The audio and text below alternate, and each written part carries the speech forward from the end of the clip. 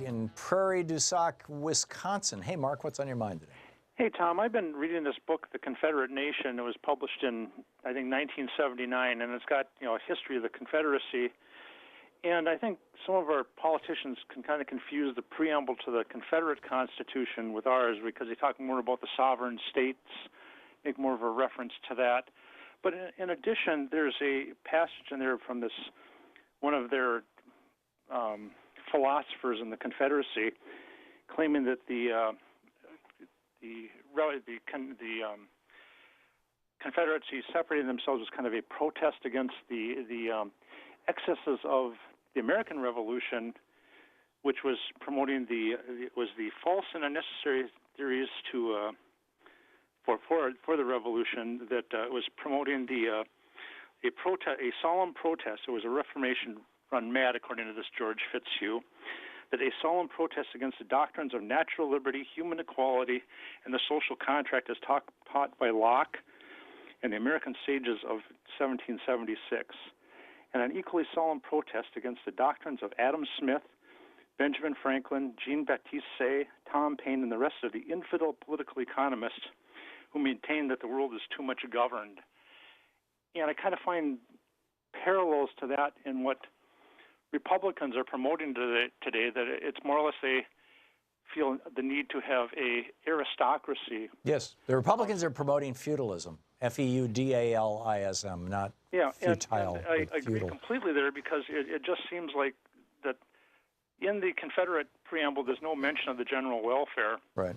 And I mean that, and our Constitution was flawed in that it promoted slavery for another 100 years. Well, it allowed it in theory until 1808, but it certainly lasted much longer than that. Yeah.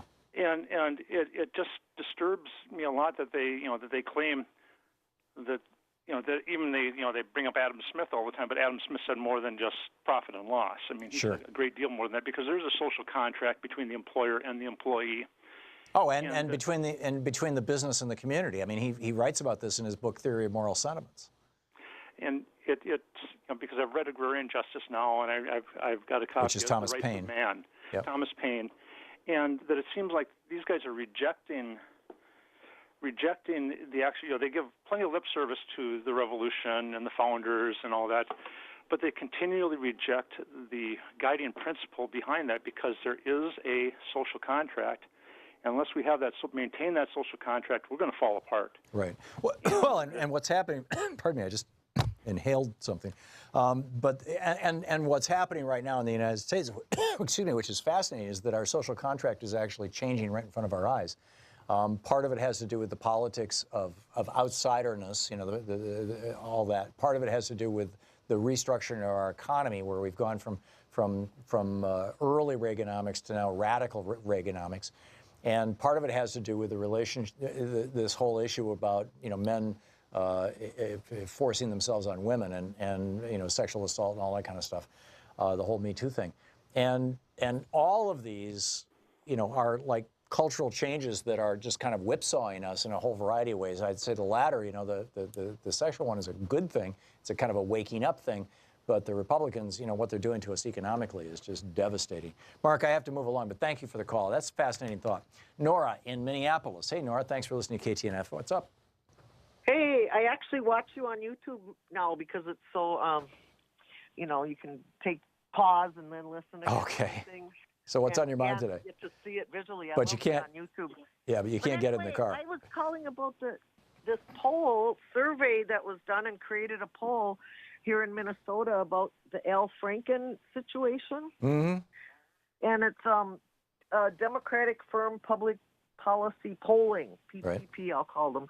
And so they called less than 1,000 voters, 671 Minnesota voters, in just over the last 2 days. And 60% said they thought the Senate Ethics Committee should have completed its investigation before any decision was made, while 35% believe he should resign immediately. And was this all voters or just Democrats? They're calling, no, voters, Minnesota voters. So that 35% was probably all Republicans. Yeah, I believe that's Yeah. Because that's I don't about the think percentage of hardly registered voters, registered Republicans in Minneapolis, isn't it? It's like the high 20s, low 30s.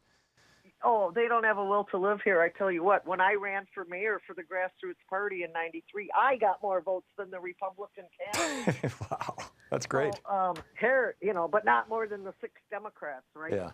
Owned and operated by the Democratic Party. But anyway, the other part of it was half of voters said he should not resign, and 42% said he should go through with it. Okay, overall, whatever that was. And despite the allegations, it shows that he remains popular in his home state at 53% approval compared to 42% disapproval. And according to PPP, most senators do not score above halfway mark, and he's 53% in popularity in their home state. Al Franken is an insanely popular politician, has been for quite some time. I mean, he won his first election by a squeaker, but his second one was overwhelming.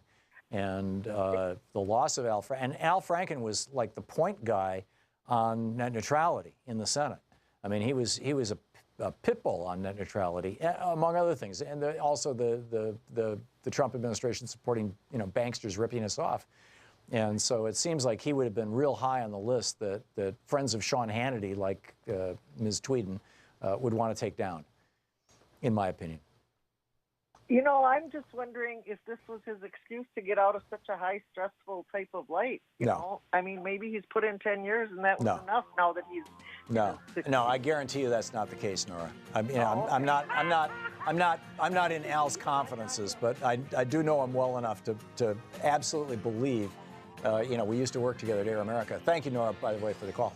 To believe that he is not happy that this is happening, and he's not, making the best of a bad situation. Well, hopefully he is making the best of a bad situation, but that was not something that he ever wanted to have.